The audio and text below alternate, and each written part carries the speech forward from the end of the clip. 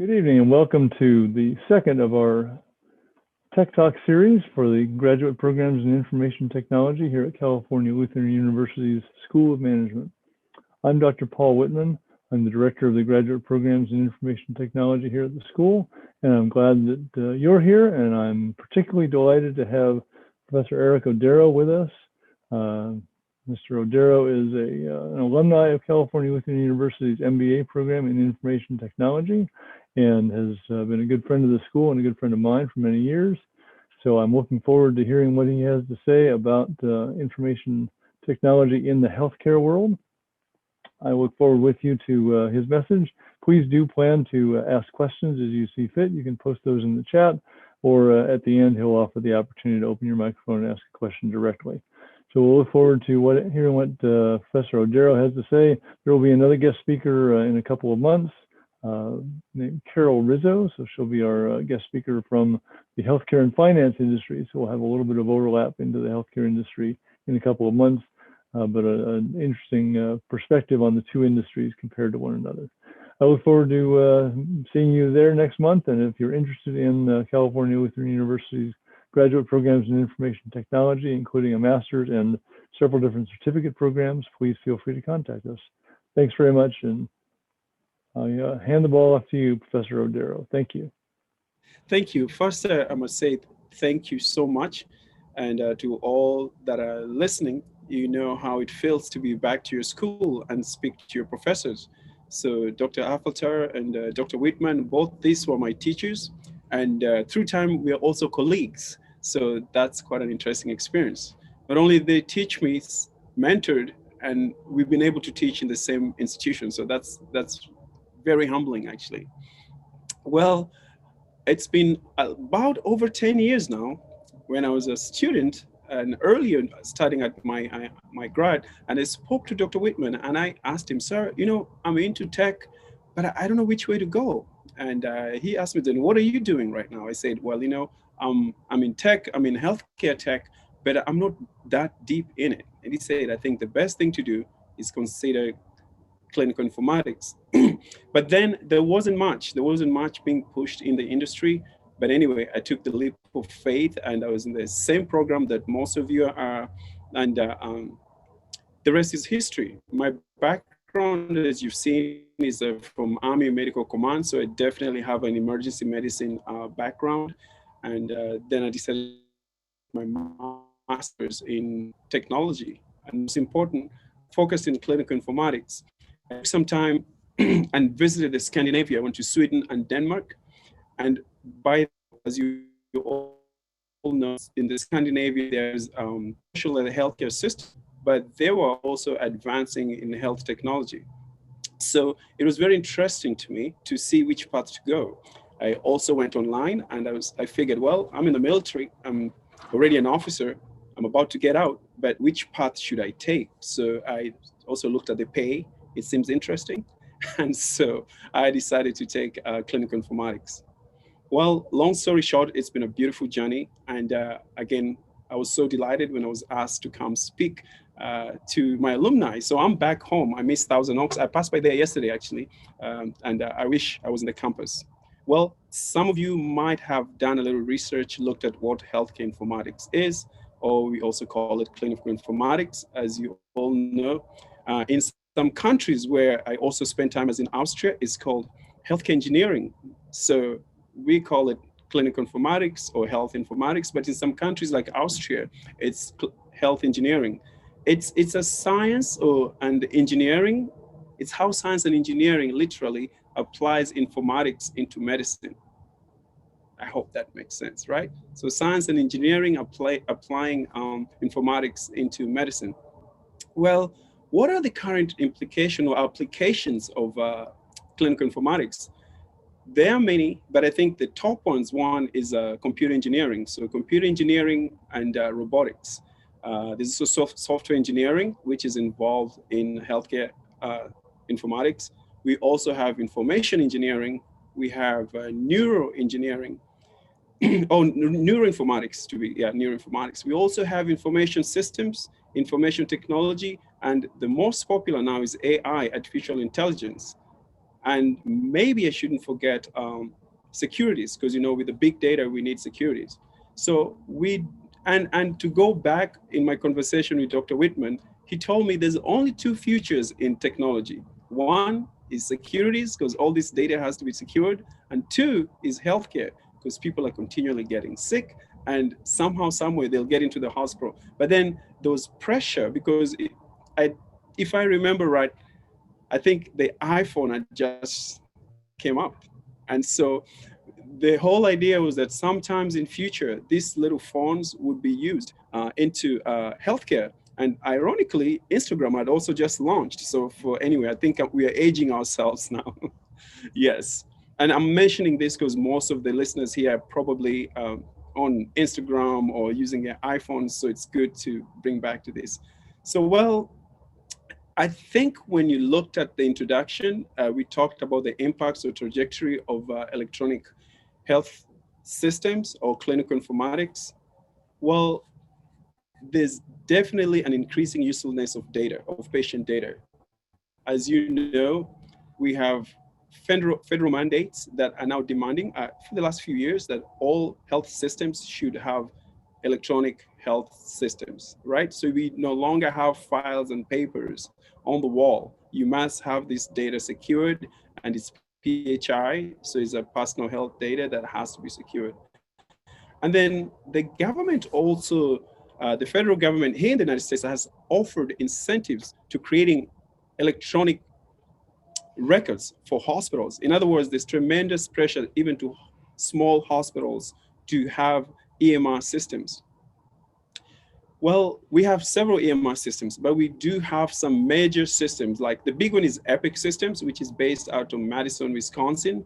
It has about 60% of health records in the United States. And also, ironically, Denmark has adopted it, the whole country in Denmark and parts of the Netherlands. And I think Finland is also going on it. And if you're listening from the UK, Cambridge University, we just got involved on a project. Cambridge University is fully on Epic now, and NHIS is also implementing Epic. So that's the largest system in the world. The second system is Sonar, which is based out of Kansas. And the VA, the US military and the VA has adopted that. So it's now becoming equally very competitive. So Epic and Sonar, these are the main systems, but we also have some like Allscripts. We have NextGen, the GE has one called NextGen. And so there's been tremendous pressure and tremendous growth in this. And then next, last but not least, is now the influence, which I think I mentioned artificial intelligence. That's where the expansion of most of the electronic health system, that's the trajectory pretty much. So as you well know, when you go to a physician's office, first they ask you what's happening with you, and next they have to have a diagnosis. With the accumulation of data, it's become very accurate. The diagnosis systems have become very accurate. And then another one through the AI, and I'm trying to speak fast because I'm trying to create time for questions, right? So I want to rush through important points, and then we can have time for questions. Secondly, it's also use of AI is a use of algorithms. As you know, all these algorithms are used to mimic human cognitive analysis systems, mostly artificial intelligence derived systems. Like in the military, we have soldiers that lost their limbs. In Army Medical Command Hospital in Fort Sam, Houston, we do have limbs that are use AI, so that makes it easier for you to run, do your daily, rather recover your daily functionalities. So that's still part of electronic health systems. So if you're interested in robotics, you're interested in numbers and algorithms, you still have a great play here. And then third, it's research. We all know that we have the pandemic, and we are all dealing with it. We have Ebola and SARS and all these pandemics that are coming. The electronic medical system are truly used in research. And then last but not least, maybe, is big data, right? So we're accumulating all this big data, and we need computing power. And with that, we need people who can help to work with all this computer-generated data that needs to be handled. And then One of my favorites is robotics, though. So if you looked at my bio, I've been involved in a lot of hospitals, not only in the West Coast, but in the East Coast. The top hospital in the country, or in the world actually, that uses robotics is an orthopedic surgery hospital called HSS in New York. It's called Hospital for Special Surgery. I've been involved with this system, and it's entirely a surgery hospital. All they do is surgery, but then they're involved with the robotics. So again, if you're into robotics, that's another way for you. Next, maybe, and I'm gonna go fast. I'm almost done, so I'll leave word for space for questions. Next is opportunities, right? So while I got started, I was thinking of which is the best way to go, and sure, I went to that, and I used to work for Kaiser Permanente in Woodland Hills. If you live in Thousand Oaks, so I drive from Woodland Hills to Thousand Oaks to go to school.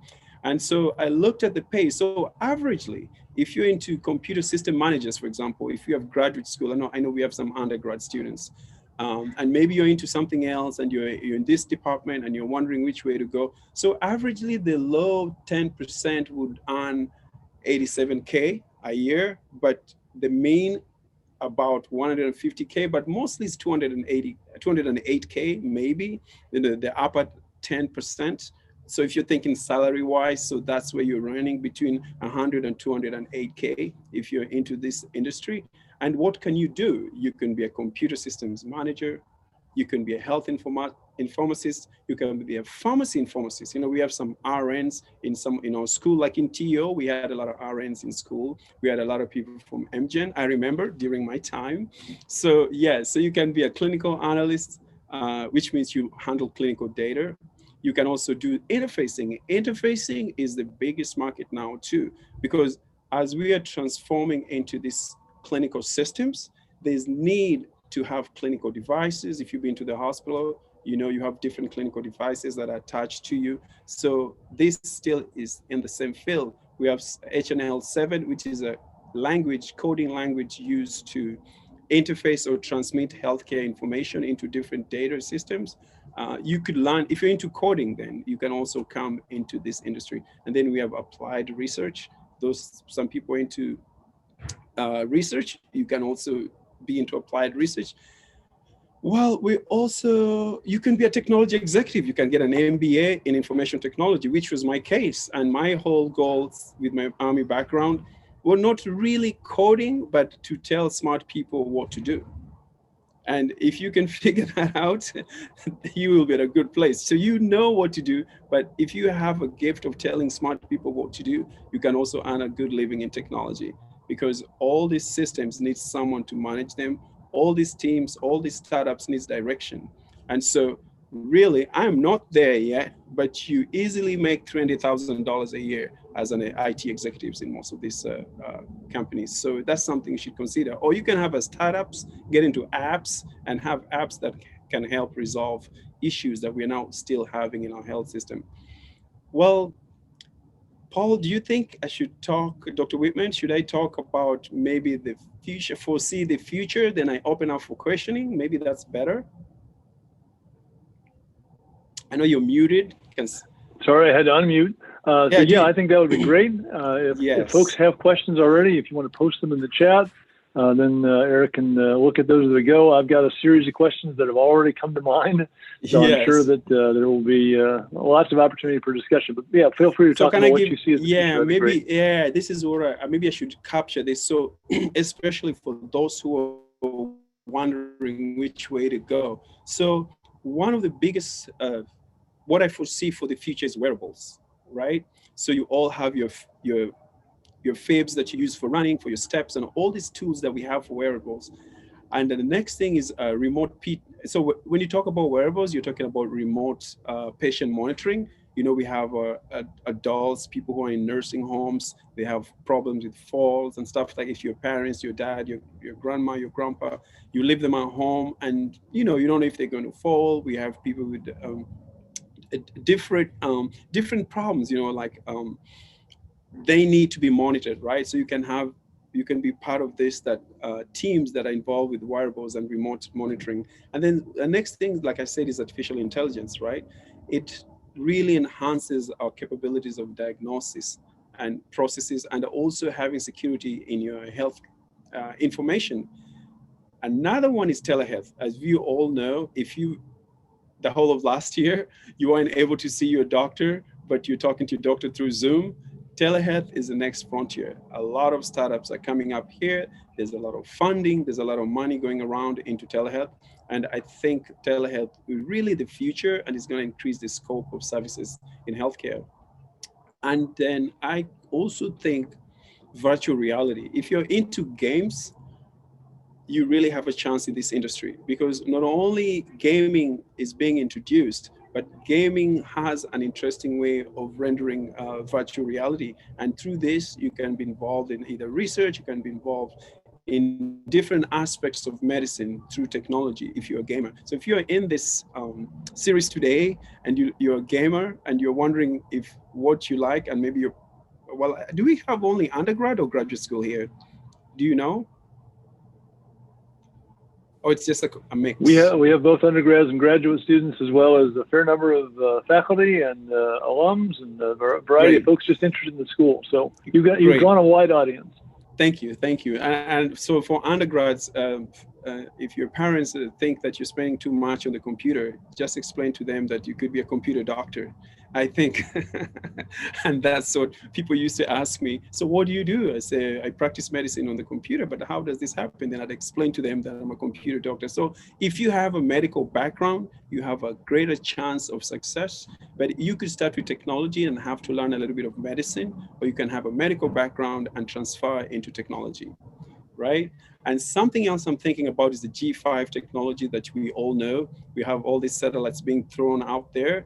I believe that with the faster networks and faster speeds, many questions about healthcare and connectivity will be solved. And something else that I looked about, because I used to be interested in cognitive systems and cognitive skills, like like speech cognitive systems. And I believe what I consider incubators networking, so that we are having these incubator systems that are interconnected. Your fridge is connected to your phone, and your phone is connected to your heart monitor. I believe that those really are some of the frontiers where we are headed. In other words, your health records, your health will be what we have on iHealth, on iPhones right now, but the future is even greater with better like G5 connectivity. So anyway, I rushed through my thoughts. I want to open this up for questions. Well, marvelous. Thank you. Thank you. I had a question, if you didn't mind. I am executive for a nonprofit here in Ventura County, Interface Children Family Services, and we're very interested in the intersection between formal healthcare systems and the nonprofit communities, community-based organizations, because of the social determinants of health and the power for promoting or harming general health. So I'm interested in thoughts that you have about that intersection between what are traditionally sort of under-allocated community-based services, and yet that's where the social determinants of health are being determined, and that intersection and connection with health systems as we think about some of these forward movements. That's very interesting. So behind the scene, which is not mentioned in my bio, I've been involved in chronic care management. And chronic care management and all is now heading through the social determinants of care. And what's happening behind the scene is that there's tremendous push on technology to try to adopt and share and include social determinants of health, because this, especially to certain underprivileged communities, they're not captured. And there's also a high rise of comorbidities. And as you could see, the whole COVID pandemic showed this. So my knowledge is I'm involved in part of this. And I see the future is where in having social determinants of health, and especially where we have comorbidities and chronic care management systems included into what I mentioned before, into the AI systems and this incubators networking thing. So we can have your iPhone where you may be able to place your data, and then this data. And if you don't have a phone, then what I talked about, wearables. We can gather more data through having wearables and and probably have more funding. So what you're doing is really what I think the future is headed to. But what you don't have is appropriate information to be able to get the right funding, to target the right populations, and to be able to see how you can also control these social determinants, the kids not going to school or parents not being there for them. But this is really, I think, is the future. And there's technology specifically targeting this particular area. I don't know if that helped to answer.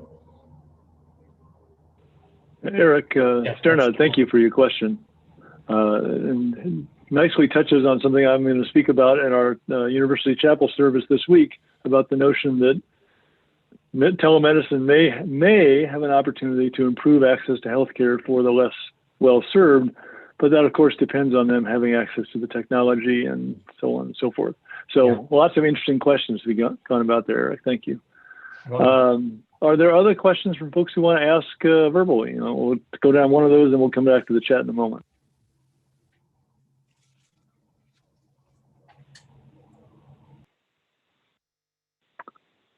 So let's go down for one of the chat questions.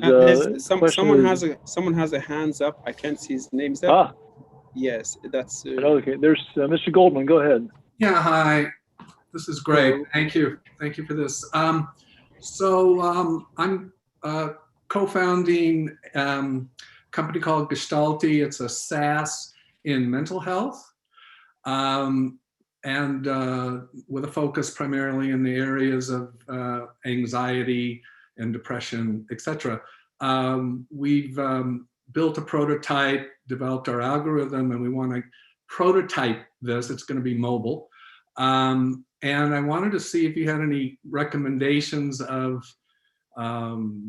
any good mobile prototyping apps that can, not only function as a mobile app, but are great at integrating, obviously, the data we're going to be collecting. And so right now we're in the early stage.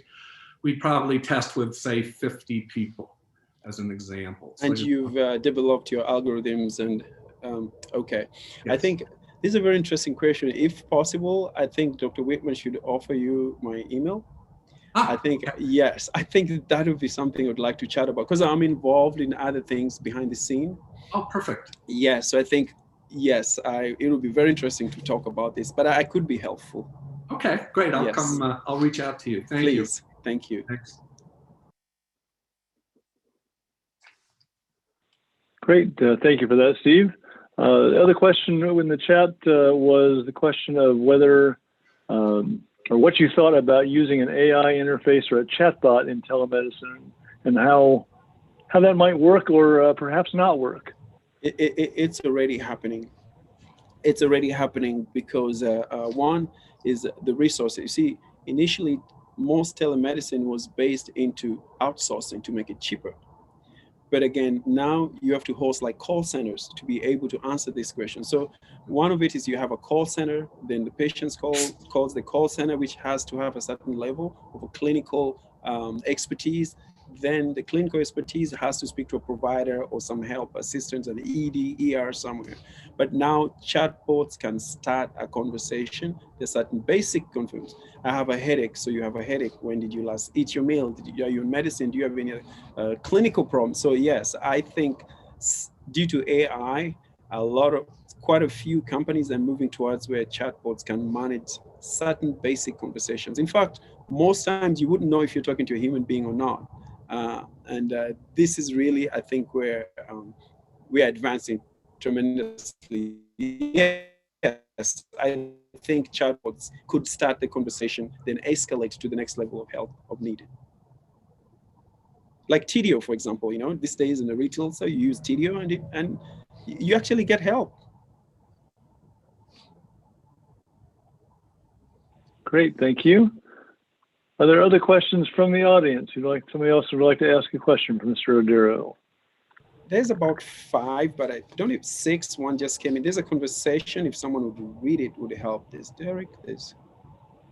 Certainly. All right. So from Ms. Warwick comes the question. We're getting some great analysis on our phones, but it's very difficult for our doctors to have time to review it and work with patients in a 20-minute appointment. Are there solutions that you see coming from the technology side to improve the ability of doctors to interact and absorb all that information. To your point, we got lots of information from wearables, et cetera. How can we get that into the doctor's hands and then the doctor's head so they can do something useful with it? It is a two-edged sword. I'm also involved, been in charge of physician adoption. And that question has been an executive question. We have a school of physicians who feel like now they're being turned into robots. They only have to read and answer to a computer and not a human. There's another school that believes they rather spend more time talking to the patient than talk to the computer. Anyway, there's a middle line. There's a middle line here. I think early adopting providers who are faster with computers tend to read the history of the patients before getting to the patient. But we have certain hospitals located in areas that are extremely busy. It's maybe harder for them, but to answer that question, I think there are better systems that prepare now, especially where the AI is being pushed on. Physicians are able to have a pre-diagnosis within or before that time, and an average time to see a patient now is about 30 minutes. And again, there's pressure of money, depending on how the hospital is funded. Either it's the amount of time the patient spends with the doctor or how the patient's being diagnosed. So remember, there's money also involved here. So it's not only technology, there's information, there's money, and bills have to be paid. So that's where the balance becomes very difficult. But that's a good question. It's an executive question, actually. A great question and great answer. Thank you. And you're absolutely right about the following the money issue. Are there other questions from the audience? Yeah, I have a question. Hi, can you hear me? This is Doug. Yep, go ahead, Doug. Yeah, thank you, Mr. Odero. And I'd like to get your opinion on what the outlook is for somebody with a pharmacist background that wants to get into IT. So they have the clinical background, the experience, but they need to teach themselves IT through any of the open source educational platforms out there. And then additionally, a little bit about what type of work you did at the Kaiser and Woodland Hills. That makes me feel you're probably at Kaiser Woodland Hills. Sounds like Kaiser Woodland Hills. Okay, so first I did mention a pharmacy informaticist. Pharmacists and pharmacists is really in demand right now. So like the Epic system there, we have a system called Willow. Willow specializes only on pharmacy. And mostly, so this question you just asked me, I get it mostly from also doctors who've practiced medicine for some time and they're tired of being in the hospital, in the clinic, and they want to shift. And so in your case, the Willow system is what really the pharmacy system uses. So it's a pharmacy dispensing and pharmacy correcting system that makes sure that patients get the right medication. So my answer to you, one, I don't know if you're working at a hospital right now, and two, I don't know what clinical systems you're using at your hospital, because I always advise to be a little nosy and snoop around to see what pharmacy systems you're using. If you're at Kaiser Woodland Hills, I am just guessing, then you have Epic. I was there as an Epic analyst during my grad school. So I worked as an Epic analyst before I got promoted into an executive position and pushed to DC. I went to help the Mid-Atlantic region to build their Epic system, their clinical system. But then I was one of the analysts at Kaiser Permanente, although we at Woodland Hills, but we were reporting at Parsons in Pasadena. So I suggest that one, you have to make a choice. Do you really like coding want to get into programming, or would you like to be dealing with configurations, which means you configure the systems to adopt into your pharmacy system. One thing I can tell you, there's a tremendous market for pharmacists. There's not enough pharmacists into clinical informatics. So you're really at a good place. It might take you a few months to a year, but the rewards are worth it. Yeah, no, thank you for that. And actually, I'm in pharmaceutical industry right now, but I have heard a little bit about Epic Willow, but I hear you have to get hired on at a hospital that actually uses that system to become trained on that.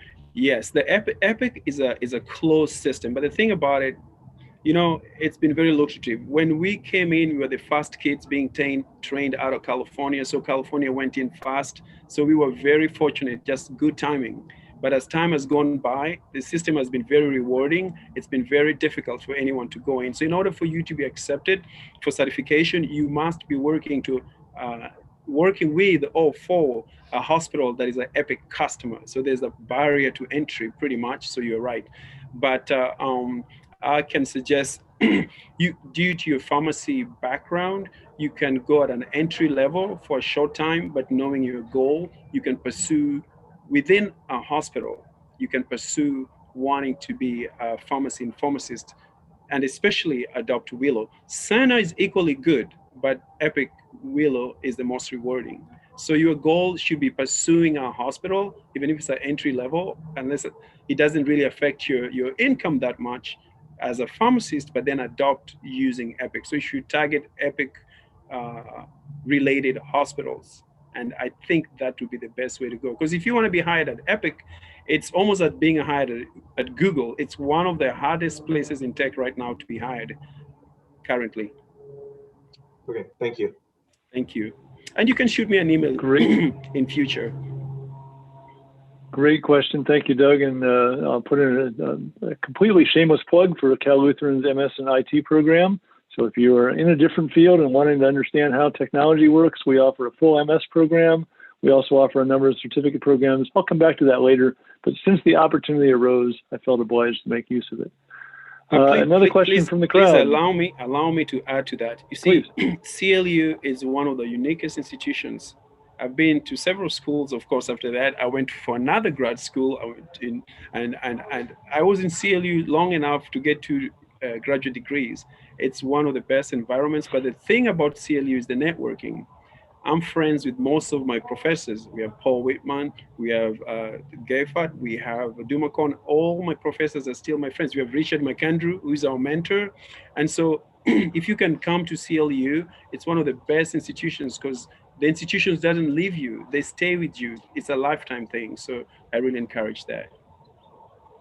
Thank you, sir. We have another question from the group. How do you see informatics changing health insurance beyond level of care? So is there an impact coming for health insurance, recognizing that the U.S. model of multiple payers and so on is, some would say overly complex, some would say privatized and more efficient. There's a whole set of political discussions to be had around that, but I'm interested in the informatics question. I'm actually involved in that myself currently. That's one of my active projects. So the problem has been about the payer and the payment system. And so how much should a patient pay and where should the insurance direct its clients like Blue Cross Anthem? And so the thing is that electronic medical systems are actually putting a hole into how much should be paid because you actually can track what was done to the patient and what equipment was used. So that has been a space where there's still tremendous controversies, but certain insurance systems are actually starting to adopt some electronic health systems for reasoning of finding physicians who are more efficient that could be used, therefore reducing their cost and maintaining the revenue from their their customers. So yes, it's playing a tremendous role, but that's a very hot spot right now due to our health system being what it is.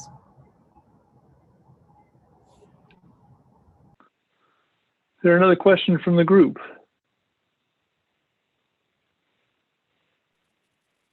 I still have more questions to bring up, so if there are not others, I will carry on. So the next question I see here, Eric, is a question about whether you see changes happening in medical research, clinical trials. Is there an advantage to all this data gathering as a result of feeding into clinical trials, making those work better, more quickly, et cetera? It's evident. You see what's happening in the UK with the new with the other variant, COVID-19 variant. See, the UK, the NHIS, which is the national hospital system in the UK, uses Epic, and they were quick to identify trials and identify patients and identify research that quickly came up with these new variants. So, and another thing is cancer. We've gone tremendous. Kaiser is one of the leading in cancer research now, but not because of the physicians, it's because of the data that has been gathered. You know, so we have a population that can easily be. Think about health clinical informatics as Facebook or Google, the amount of data that Facebook has on us is that we are able to identify populations that do our marketing and advertising appropriately. That's what AMR systems are doing. So yes, clinical trials and all these advancements that we are having recently. A good example is I was involved in a project at Mayo, Mayo Clinic. So I've been fortunate to work pretty much with all the premier hospitals in the country. And as you can see, Mayo Clinic leading in research, partly is because they are into EPIC system. EPIC is good for research because it's an institutional, academic institutional based system. It gathers tremendous amount of data, which allows for education. So yes, that's on point. Tremendous progress in clinical trials and just medicine and data period. Great, thank you. You mentioned HL7 at one point, and the whole question of interoperability strikes me as an area where there's opportunities in the field. If you go to Dr. A and they say, please send your records from to Dr. B, the last time I did that, I got a PDF of 60 pages of completely unstructured, completely non-electronic data, and I was asked to send that PDF to the other doctor. It's a tremendously inefficient way of moving data from one place to another. And I'm wondering if there's insights into how that may change going forward. Yes. There's probably a second world war in the AMR systems right now. The first one was who has the best system. The second one is who has the most population. So what's happening is that Epic adopted the Apple system as a closed system. Sonar is an open source system. So the rest open source, the biggest one is a closed system. So it's easier to exchange information between the main one, but a problem between the smaller ones and mostly the startups that have just a few clients to be able to share information.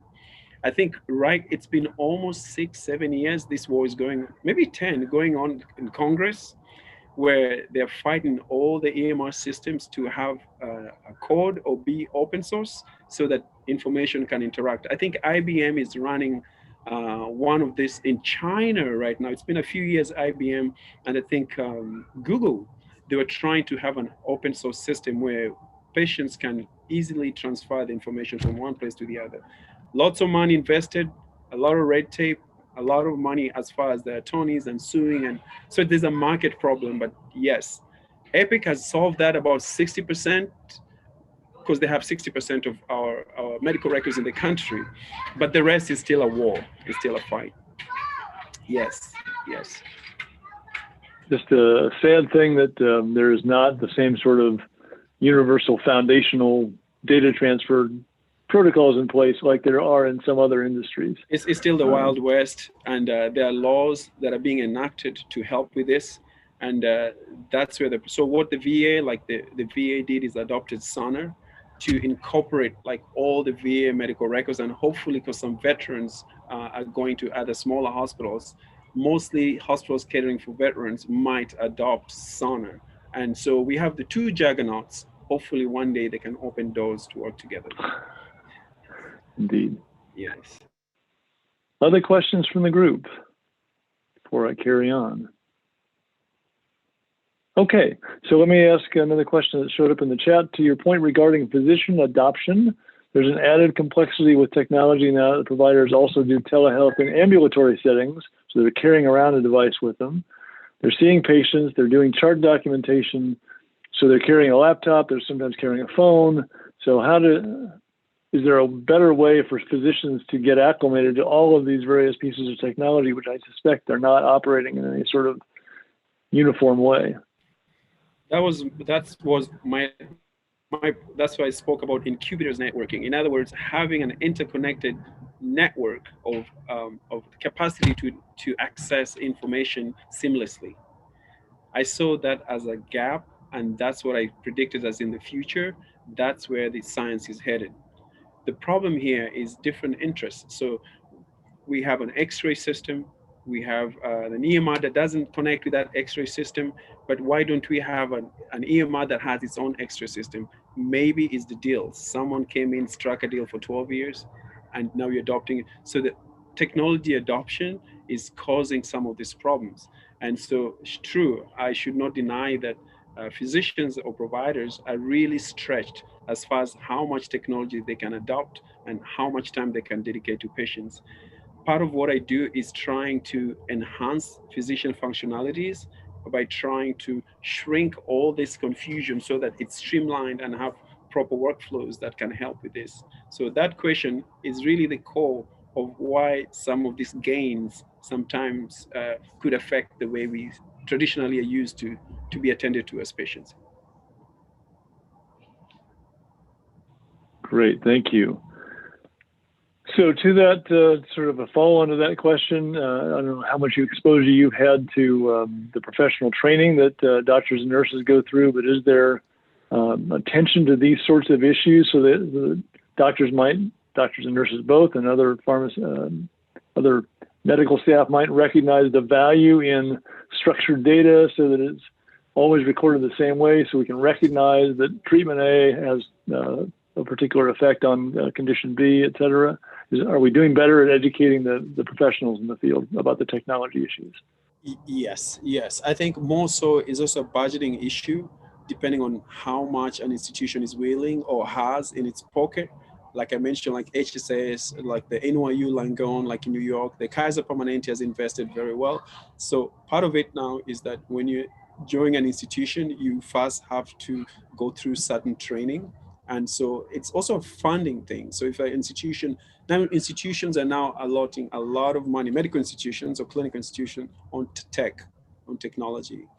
Yes, so the adoption, some are doing better than the other.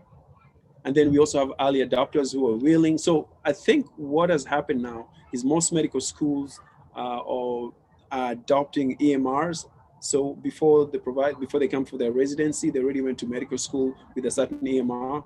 And if you're fortunate, whichever hospitals you'll be doing your residency has adopted the same, then these guys are really fast. They're really functional. It's a remarkably salient point that you're hoping that the med school and the hospital you go to use the same technology. Unfortunately, it shouldn't be that way, but it is.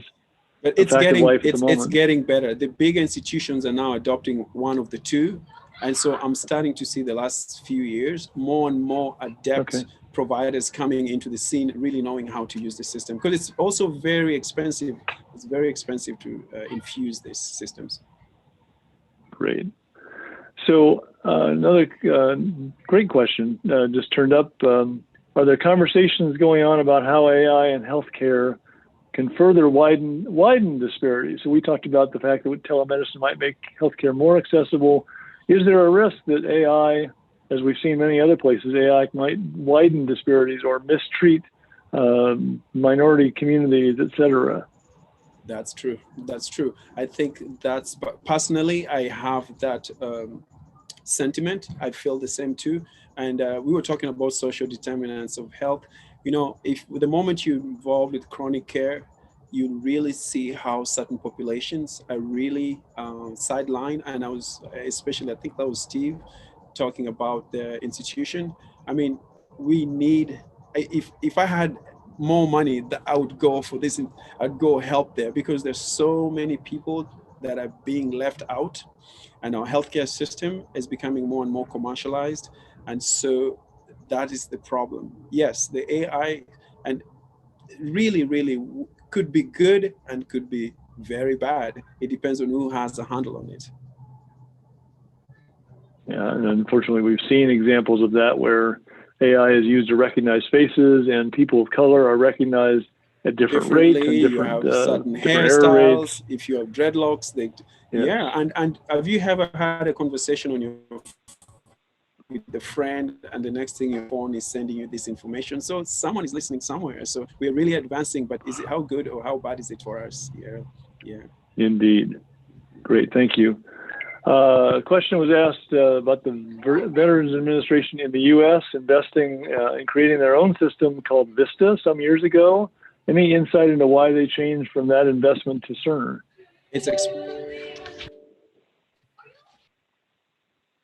One, it's very expensive.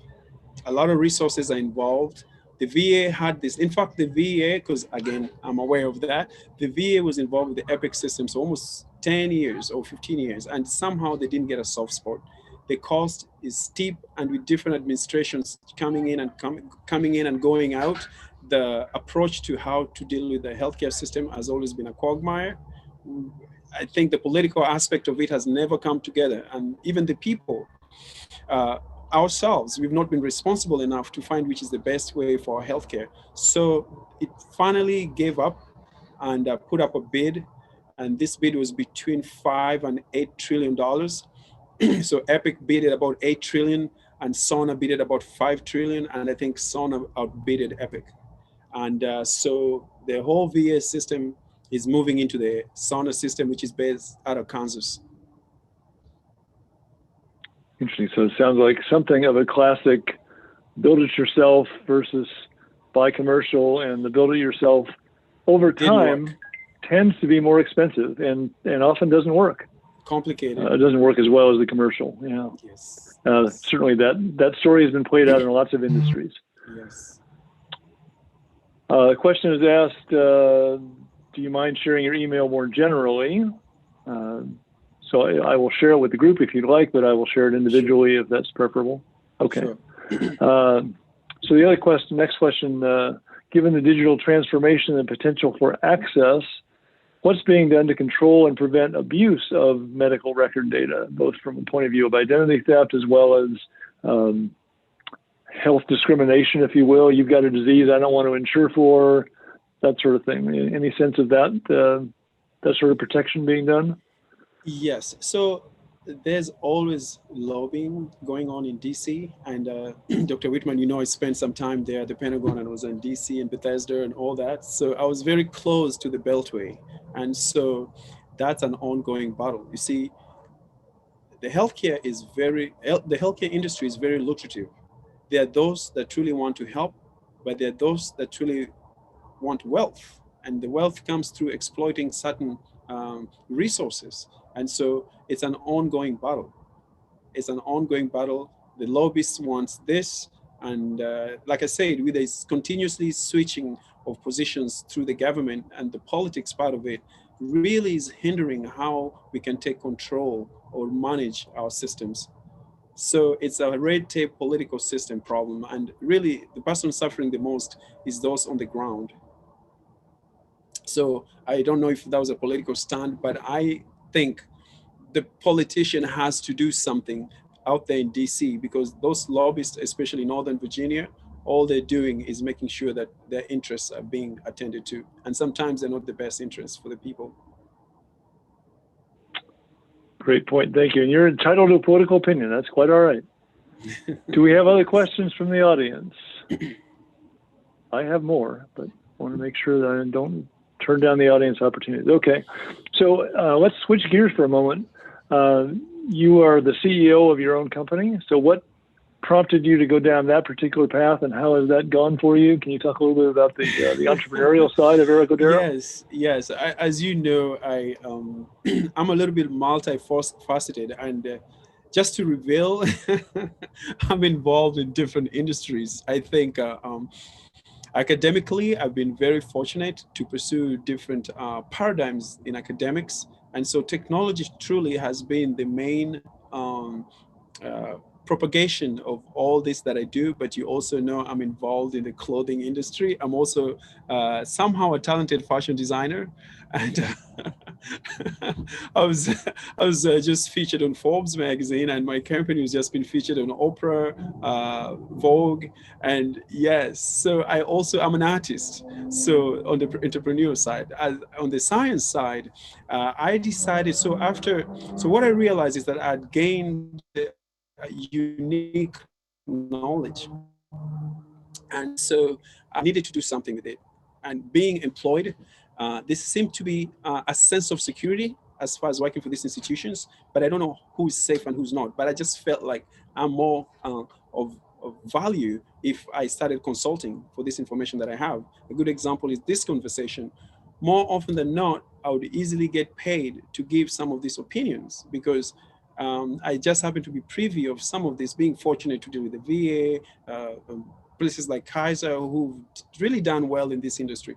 So I was blessed in that sense, and it's easier for me to cut my own contracts as my own company, other than relying on third parties, which I did for a long time. And usually I was cut short on the other end. So now I think I'm a little bit grown enough to negotiate at the table myself. So it's been going well. There's been challenges, especially during the COVID and the pandemic. It's been very slow, but it's again picking up, especially to do with just the things that I spoke about. So I'm pretty much a middleman between most of these institutions and probably services that they're needing.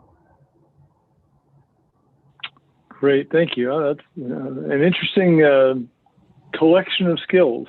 You're very much a left brain and right brain kind of guy. Yes, left and right brain, and I'm so glad that I'm able to. I always say that I sometimes use tech for my masculine energy, and I use my feminine energy on my creativity. So that works well. It works well. Okay, well, as long as it works for you, that's great. Yes. Let's see. We have another question on the topic of medical device integration. So we have sensors in our phones, we have specialized sensors for heart rate monitoring, we have EKG monitors, we have EEG monitors. Yes. What's your sense of how reliably and consistently those are getting integrated into the various systems and then funneled to the doctors? Again, with the question of, can they absorb all that information in a way that's meaningful in the time they have available relative to their payments from the insurance, et cetera?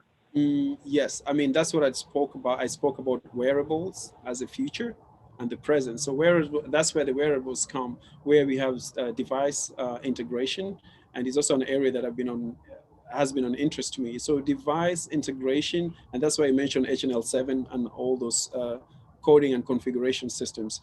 There's need for that. You see, recently that we went into these lockdowns, there has been no other way to communicate with your provider or for you to accurately tell your blood pressure for those with diabetes, your sugar levels. So these devices are necessary, but the most important is the end point.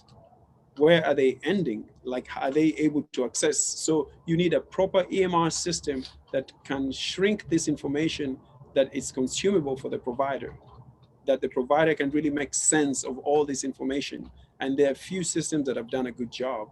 And also proper training for the clinicians, right? So they have to have a proper training and preparation to deal with these systems. You can't just throw them out there and expect them to be operational. And that leads nicely into the question of virtual reality, which you mentioned earlier, and the question of how does you see virtual reality being used, and that getting used. I lost him. He disappeared? No, I'm here. I think my video just... Oh, you're there. Yes. Oh, okay, good. Yeah, let me see. You suddenly disappeared off my screen. I felt very disappointed. Yeah, I think it was just a slide. There you are. You're back. Yes. So the question of virtual reality and the virtual reality headsets and what that looks like from a medical practitioner's experience point of view. Have you seen that in action and gotten a sense of that? We are actually starting to have virtual hospitals. I think the state of Texas was running some sampling on some virtual hospitals where we have certain chronic patients that are actually being monitored virtually, where we don't have a doctor, and seeing the doctors in Miami, and you have maybe one nurse and you have maybe 20 patients, and they're virtually being monitored either through telemonitoring, through screens, and their temperature. So now that is really picking up. Actually, I think the pandemic slowed it a little bit, but more funding is going into virtual reality and medicine. Yes, few states, I think California maybe is not due to the restrictions in the state, but other southern states are now pushing forward as the landing pad for virtual reality medicine, where we have hospitals that are less staffed, but more managed or monitored through devices. Okay, great, thank you. And are there, if you were to characterize the most important or valuable skills or software experiences to have as somebody who wanted to get an entry-level position in healthcare informatics, is that Cerner, or is there an analytics foundation, or what would you characterize as the most important thing to have going into those roles? I think the first skill is emotional intelligence. Yes, emotional intelligence. I think your emotional intelligence will take you far. That's the first thing. And secondly, I believe that you should first have some form of liking to medicine. And then thirdly, you should have definitely a liking to technology, because patience has to be involved. I say so for people who are getting started, I don't know if you've heard of Udemy. Udemy is an online, right, access to lots of technology. So you could go on Udemy and find, I think, just a little knowledge into some form of coding, just have a clue, or how just to run a report, for example, so you just have to have a little bit of an inkling. And if you are into the IT program, then I suggest, and what I didn't do early myself, I didn't start playing around with these coding languages early. And we have tremendous opportunity being in Thousand Oaks. We have MGen there. We have a lot of startups around Ventura County that we didn't jump into. So I would advise that start playing with a few coding languages, the C++, and just the basic languages that you can learn. That will open you up, especially for these interviews or opportunities that might be entry level, but then they become something. Great. And from my good colleague, Dr. Stockard, comes the question, are you planning to integrate, or do you think about integrating your EMR and technical skills and your wearable and clothing design skills into a wearable technology? Wow, what an interesting, that's a very interesting question. Well, that has crossed my mind. That has crossed my mind, especially to do with apps. I think the most important thing now with technology is funding. And if anyone is here who's been pursuing funding, there's a lot of loops that you have to go through to get reasonable funding. And so, yes, I've had this on my mind. I've also had the capacity to go actually in Shenzhen in China, where most of this technology is being integrated. I mean, let no one tell you nothing else. If you go to Shenzhen in China, it will blow your mind. All our devices are being made there. And so you just have to have an idea that you can integrate into something. But again, I know certain gaps that I feel should be filled, or needs that should be fulfilled. But yes, I think in future, I would be very delighted to fill some of these gaps. But true, that's something I've thought about. Thank you. That's a very unique question that really affects me directly. Thank you. Excellent. All right. Do we have any last questions from the audience? All right. It has been delightful having you all with us. Diana, if you'd be so kind as to put our last bit of slideware up on the screen, that'd be great. Meanwhile, I just wanted to, again, let folks know that we do have graduate programs, both certificates as well as a full master's degree program available here at Cal Lutheran. We do have this speaker series ongoing. So we have another speaker coming up, a gal by the name of Carol Rizzo, one of my former bosses with experience both in healthcare and in the financial services industry. So she'll bring us some interesting insights into both the operational as well as the software development sides of this business. And she brings some interesting stories. She's now the mayor of a city in New Jersey. So she'll bring an interesting set of perspectives to the field. So I look forward to seeing you all again in about 3 months. We'll do again the break between the spring and summer terms. And Brother Odero, thank you once again profusely for your services and your sharing of your insights tonight. We really appreciate it. And I look forward to new and interesting things ahead from you. And so thank you very much. Thank you very much. So maybe for the rest, you can maybe follow me on LinkedIn, for example, if you want to.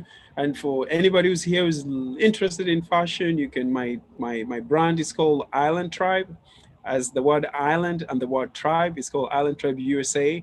You feel more than free to go check it out. And what I would say for my colleagues, especially students, I like being a student forever, please don't hesitate. And there's tremendous resources at Cal Lutheran.